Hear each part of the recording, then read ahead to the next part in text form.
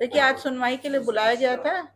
थाना प्रभारी उरला और सीएसपी अनुपस्थित है। उनके खिलाफ अभी डीजीपी को पत्र भेजा जाएगा और आवेदिका जितने अपने दस्तावेज उन्हें निर्देशित किया है वो प्रस्तुत करेंगी, तो आगामी कार्रवाई किया जाएगा। बेटी पढ़ाओ बेटी बचाओ का नारा आपने बहुत सुना होगा और उसी संदर्भ में एक छोटी सी जानकारी यदि मैं आपको साझा करूं तो कोई अतिशयोक्ति नहीं होगा जब आप यह सुनेंगे। पिछले वीडियो में हमने दिखाया था कि किस तरह एक महिला पत्रकार जो है अपनी कर्मस्थल पर रिपोर्टिंग करने के लिए गई हुई थी, तो उसके साथ जो है कबाड़ व्यवसायियों के द्वारा जो है यार्ड व्यवसायियों के द्वारा जो है किस तरह से हाथापाई का जो है उनके द्वारा शिकायत किया गया था। उस मामले पर आज तक क्या कार्रवाई हुई है उन्हीं से हम रूबरू कराएंगे और यह बताएंगे कि आखिरकार राज्य महिला आयोग में यह मामला कहां तक पहुंचा है। नमस्कार, मैं कुमार जितेंद्र भारत सम्मान में आप सभी का स्वागत करता हूं।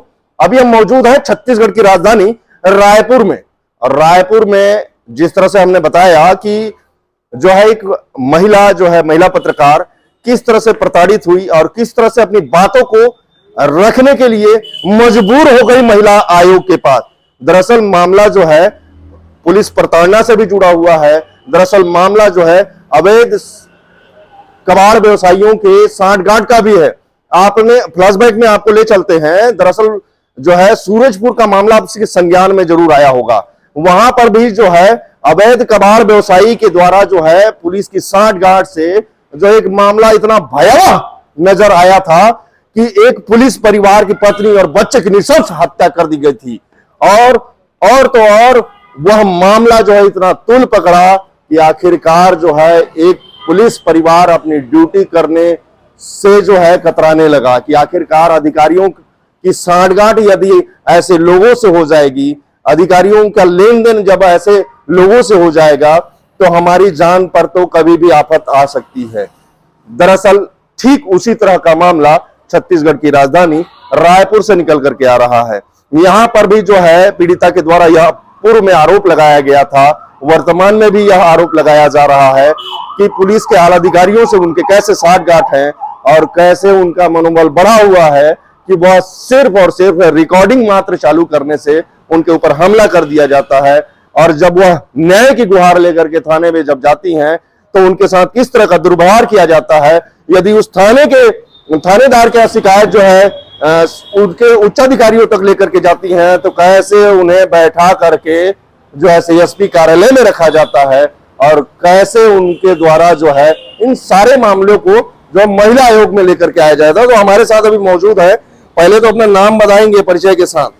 मैं निकिता राकेश जशवानी, हंगामा न्यूज से। भारत सम्मान की तरफ से आपके साहस को प्रणाम रहेगा, क्योंकि आपने इस मुद्दे को बड़ी बेबाकी के साथ में आज महिला आयोग तक लेकर के आया है। आज एक इसी मामले पर जो है सुनवाई होनी थी और किन किन लोगों को अनावेदक आपने बनाया है उनका भी जिक्र करेंगे और संक्षिप्त में घटनाक्रम को भी बताएंगे। घटना ऐसी थी कि 16/10/2024 को एक यार्ड में अवैध लोहे के उतरने और कटने की सूचना हमें मिली थी, जिस पर जब हम लोग वहां पर गए तो हम लोगों ने उनकी प्रेमाइसी के बाहर से वीडियोस बनाए।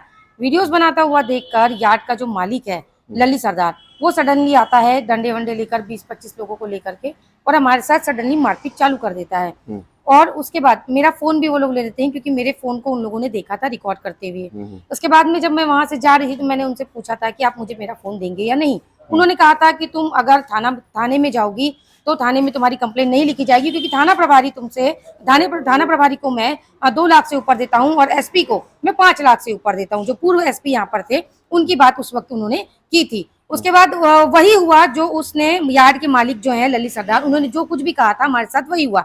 जब हम लोग घूम फिर के उस थाने तक पहुंचते हैं, उरला थाने तक जब हम लोग पहुंचते हैं, तब वहां पर हमें ये पता चलता है कि थाना प्रभारी के कैबिन में हमारा मोबाइल हमसे पहले पहुंच चुका है। जब हमने उनसे पूछा कि हमारा मोबाइल आपके पास कैसे आया, तो उन्होंने हमसे बताया यार्ड का जो मालिक है उसके ड्राइवर ने हमारे पास लाके छोड़ा था और उसने हमें ये बताया कि पत्रकारों के साथ हुई झड़प में ये मोबाइल हमारे पास रह गया था। तब हमने उनसे सवाल भी किया था, मैंने और मेरे साथी पत्रकारों ने उनसे सवाल भी किया था कि अगर उन्होंने पत्रकारों के साथ झड़प की बात की थी तो आपने उसे बिठाना था, ये उससे और सवाल जवाब करना था या हमारे आय तक कम से कम उसे बिठा के रखना था। आपने ऐसा कुछ भी नहीं किया।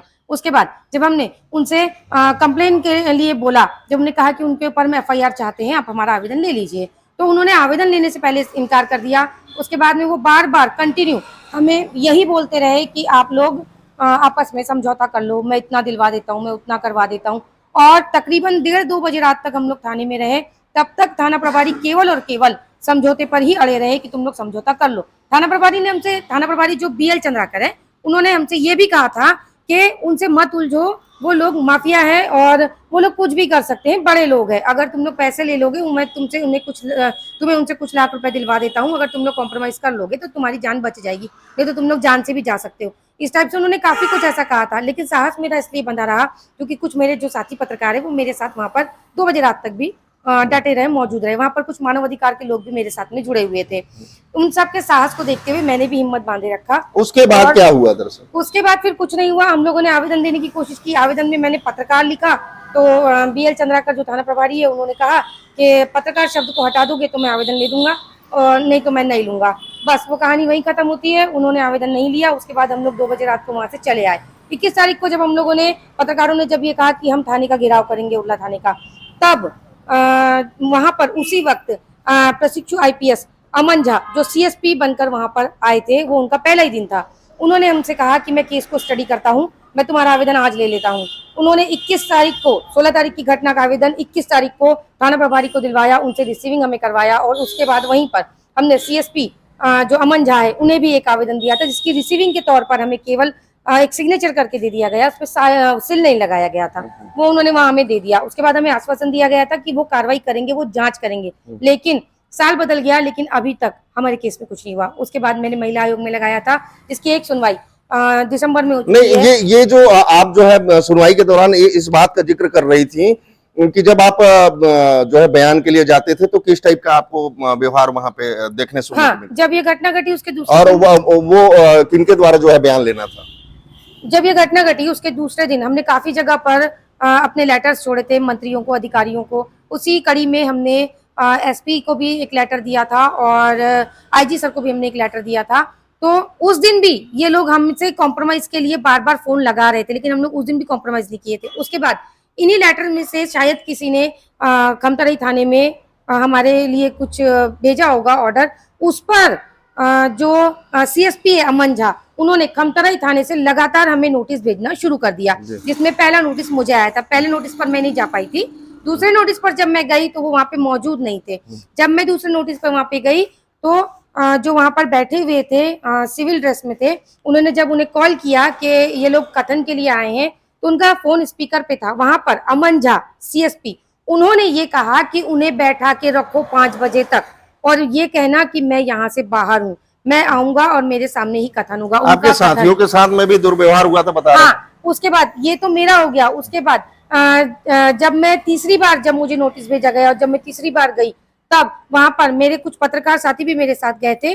तो उन्होंने अपनी सेफ्टी के लिए, और मुझे आज समझ में आया कि उन्होंने जो किया वो बिल्कुल सही किया, क्योंकि महिला आयोग के अंदर में ललित सरदार ने जिस तरीके से खड़े खड़े झूठ बोला है, अब इनका झूठ सिर्फ और सिर्फ वो CCTV फुटेज से ही सामने हो पाएगा, जिसे अमन झा और BL चंद्राकर के द्वारा शायद अब तक तो मिटवा दिया गया होगा।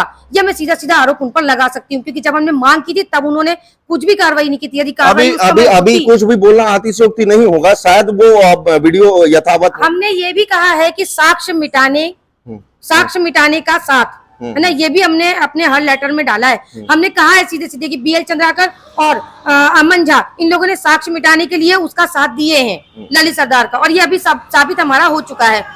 अब जब मैं वहां पर तीसरी बार गई थी तो मेरे पत्रकार साथियों के साथ भी बदतमीजी वहां पर की गई थी। उसकी लिखित शिकायत भी थाने मतलब SP लिखित शिकायत भी SP कार्यालय में SP साहब को दी गई है। वहां पर ये हुआ था कि मेरे साथियों ने वीडियो वहां पर बनाने की कोशिश किया था, जो मेरा कथन होने वाला था उसमें से कुछ एक फुटेज वहां से उन्होंने लेने की कोशिश की थी, लेकिन वो लिए नहीं थे, बस कैमरा ऑन किया था सबके सामने में। उसी में ही बस जो CSP है अमन झा, उन्होंने धक्का दे करके उन्हें बाहर निकाला था। तो CSP द्वारा भी पत्रकारों को धक्का दिया गया है, धक्का देकर के बाहर निकाला गया है। अगर वहां पे CCTV कैमरा मौजूद है तो उसमें साफ समझ में आएगा कि वो शोल्डर पर उसे धक्का देकर के बाहर निकाल रहे हैं। तो ये भी CSP कार्यालय में हमारे साथ में किया गया है सीएसपी ऑफिस। मतलब सारे लोग से क्षुब्ध होकर के आप जो है अंततः जो है महिला महिला आयोग में दरवाजा खटखटाई है। तो ये बड़ा विचारणीय बिंदु है। लेकिन अभी जो उपस्थिति क्या हुई और माननीय जो अध्यक्ष महोदया जो है उस पर एक टिप्पणी की थी, उसको साधारण शब्दों में बताएं। देखिए, आज यहाँ पर तलब किया गया था थाना प्रभारी बीएल चंद्राकर को, सीएसपी अमन झा को और यार्ड के मालिक ललित सरदार को, जिसमें से केवल और केवल यार्ड का जो मालिक है ललित सरदार, उन्होंने यहाँ पर अपनी उपस्थिति दिखाई है। और वहीं पर बीएल चंद्राकर थाना प्रभारी और सीएसपी अमन झा, इन लोगों ने यहाँ पर न ही किसी प्रकार का कोई नोट भेजा है और न ही अपने नहीं आने का कोई कारण स्पष्ट किया, और वो दोनों यहाँ पर मौजूद नहीं है। मतलब अभी भी सिर्फ और सिर्फ मुझे प्रार्थी को ही यहाँ से वहां तक घुमाया जा रहा है। अभी जो अनुशंसा इनके द्वारा जो किया गया, जिस तरह से उनका बयान सामने आ रहा है, तो क्या है उसके बारे में? जो किरणमयी नायक मैडम है, उन्होंने सीधे सीधे आदेश शायद एक पारित किया है, जिसमें उन्होंने डीजी साहब को सीधे सीधे लिखा है कि अमन झा, अनुशंसा बोल, हाँ अनुशंसा, अमन झा जो है सीएसपी उन पर और थाना प्रभारी जो है बीएल चंद्राकर, उन पर एक इंक्वायरी, जांच इंक्वायरी बिठाई जाएगी और उन पर कार्रवाई की जाएगी। जैसा कि आप देख पा रहे हैं कि आम जन तो है ही हैरान परेशान, और जिस तरह से पूरे छत्तीसगढ़ में अपराधों का ग्राफ जो बढ़ रहा है, ठीक उसी तरह जो है अभी हाल ही में आपको पता होगा कि किस तरह जो है हमारे शहीद पत्रकार मुकेश भाई की जो है नृशंस हत्या कर दी गई है। ठीक इसी तरह डरे सहमे हुए पत्रकार आज छत्तीसगढ़ में शासन की ओर बड़े भरे निगाह से देख रहे हैं कि आखिरकार जो है यह पत्रकार सुरक्षा कानून कब लगाया जाएगा, कब लागू होगा, आखिरकार जो है छत्तीसगढ़ में पत्रकार सुरक्षा कानून पर अमल कब किया जाएगा। यह 24 साल का छत्तीसगढ़ है और 24 साल में जो है 3 वर्ष पहले कांग्रेस में रही और फिर 15 वर्ष जो है भाजपा रही, फिर उसके बाद जो है पुनः कांग्रेस आती है और फिर वर्तमान स्थिति साल मजबूत करके जो है भाजपा फिर से शासन में बैठी हुई है। लेकिन जब बात पत्रकार सुरक्षा की आती है तो सिर्फ हिला हवाला और टाल मटोल नजरिया सामने आता है। अभी भाई की अस्थियां भी ठंडी नहीं हुई हैं, भाई मुकेश चंद्राकर की अस्थियां भी ठंडी नहीं हुई है। पूरे प्रदेश भर से सुगबुगाहट हो रही है कि ठेकेदार कहीं चमका रहे हैं, कभी अधिकारी चमका रहे हैं, तो कभी जान से मारने की धमकी हालिया में सुनाई दे रही है। तो ठीक इसी तरह जो है हमारे चैनल के माध्यम से सरकार तक यह बात जानी चाहिए कि सुरक्षा आखिरकार हमारी कहां है। आखिरकार यूं ही सारे पत्रकार सरेआम जो है मारे जाएंगे। लहलुहान यदि शहीद पत्रकार मुकेश भाई की अगर लहू को ध्यान में रख करके इस बात को देखा जाए तो क्या हम इसी तरह मारे जाएंगे? ढेरों सवाल हैं, जवाब सरकार को चाहिए देना। नमस्कार, इसी तरह के बेबाक खबरों के लिए भारत सम्मान जाना जाता है। यदि यह वीडियो आपको सार्थक लगा हो तो आप जो है इसको दबा के शेयर कीजिए और गूंगे बहरे जो सरकार में बैठे हुए अधिकारी हैं, जिनकी यह चेतना जगनी चाहिए और उन्हें जवाबदेही बनना चाहिए। धन्यवाद। भारत सम्मान, हो जाओ सावधान। तो महिला पत्रकार के साथ जो दुर्घटना हुआ था, थाने में शिकायत दी और आपके पास गुहार लगाने, इस संदर्भ में अभी तक क्या कार्रवाई हुई? और देखिए, आज सुनवाई के लिए बुलाया गया था, थाना प्रभारी उरला और सीएसपी अनुपस्थित है। उनके खिलाफ अभी डीजीपी को पत्र भेजा जाएगा और आवेदिका जितने अपने दस्तावेज उन्हें निर्देशित किया है वो प्रस्तुत करेंगी, तो आगामी कार्रवाई किया जाएगा।